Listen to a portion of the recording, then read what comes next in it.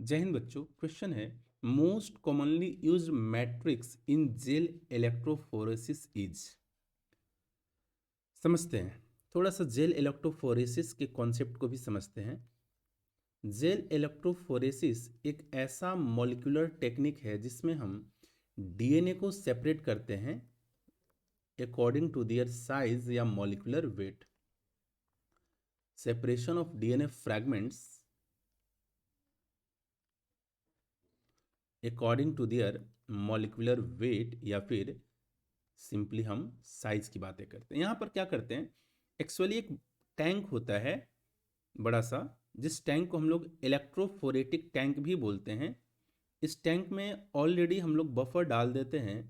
Buffer का काम क्या होता है, तो पीएच मेंटेन करना है ना। इसके अंदर एक एंड पर कैथोड होता है, एक एंड पर एनोड होता है, और दोनों को इलेक्ट्रिक करंट सप्लायर मशीन के साथ जोड़ दिया जाता है। अब इसके अंदर एक प्लेट हम लोग रखते हैं, जो प्लेट में एग्रोस पाउडर का जेल बना करके पॉलीमराइज करवाया जाता है। ये जो प्लेट है, इस प्लेट को कॉमनली हम लोग एग्रोस प्लेट भी बोलते हैं।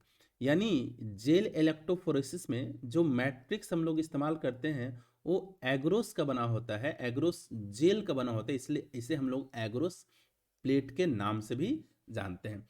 इसमें हम लोग एक स्पेशल कॉम्ब आता है जिसके कारण हम वेल बना लेते हैं। अब जब ये सारा कुछ रेडी हो जाता है, तब मिथिलिन ब्लू के साथ डीएनए को मिक्स करके हम इस वेल के अंदर डाल देते हैं। ठीक है। अब ये जो डीएनए है, जैसे इलेक्ट्रिक करंट मिलता है, ये डीएनए नेगेटिव इलेक्ट्रोड से पॉजिटिव इलेक्ट्रोड की तरफ मूव करना शुरू कर देता है। क्यों? क्योंकि डीएनए कैसा होता है, डीएनए खुद ही निगेटिवली चार्ज होता है, तो इलेक्ट्रिक करंट के प्रेजेंस में किधर मूव करेगा, पॉजिटिव चार्ज वाले इलेक्ट्रोड की तरफ मूव करेगा, यानी एनोड की तरफ मूव करता है कैथोड से। इस तरीके से डीएनए फ्रैगमेंट्स को हमने क्या कर लिया, सेपरेट। ये जो एक स्ट्रक्चर दिखाई देता है, इसे हम लोग क्या बोलते हैं, डीएनए बैंड।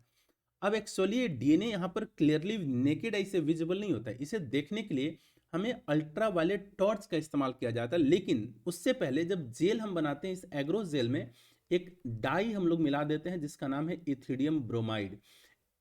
इस इथिडियम ब्रोमाइड के प्रेजेंस के कारण जब अल्ट्रावायलेट का टॉर्च का रेडिएशन देते हैं, तो एक्चुअल में डीएनए नहीं चमकता है, ये ethidium bromide bright orange colour का चमकता है।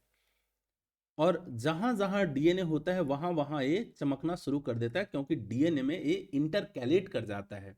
और इसके ब्राइट ऑरेंज कलर के चमकने से, लुमिनिसेट करने से हम ये पता कर लेते हैं कि डीएनए का बैंड कहाँ कहाँ प्रेजेंट है। ठीक है। यानी most commonly used matrix in gel electrophoresis कौन सा है, तो एग्रोस। इथिडियम ब्रोमाइड एक स्टेन है जो ब्राइट ऑरेंज कलर का इल्यूमिनेट करता है in the presence of ultraviolet radiation. Polyacrylamide actually एक और जेल इलेक्ट्रोफोरेसिस होता है जिसे हम लोग कॉमनली बोलते हैं पेज, है ना। पेज का फुल फॉर्म होता है पॉलीएक्रिलामाइड जेल इलेक्ट्रोफोरेसिस। इसमें जो हम लोग मैट्रिक्स इस्तेमाल करते हैं वो polyacrylamide, that is why gel electrophoresis में हम यहाँ पर एग्रोस का इस्तेमाल करते हैं, पॉलीएक्रिलामाइड का इस्तेमाल नहीं करते। सल्फेट ब्रोमाइड ये भी नहीं है। अगर मैं बात करूं तो ये, अगर इसका माइल्ड यूज, अगर थोड़ा बहुत ट्रीटमेंट की बात करें तो ये सीडेटिव की तरह लिया जाता था बहुत पहले, है ना, जैसे हेडेक वगैरह कंडीशन में, है ना, इसको इस्तेमाल किया जाता है। लेकिन एक्सेस नहीं, अगर एक्सेस होगा, एक्सेस की कंडीशन में टॉक्सिक हो जाता है, दैट इज वाई इसका इस्तेमाल हम नहीं करते हैं। यानी इस क्वेश्चन का जो सही जवाब है वो बी। Best of luck.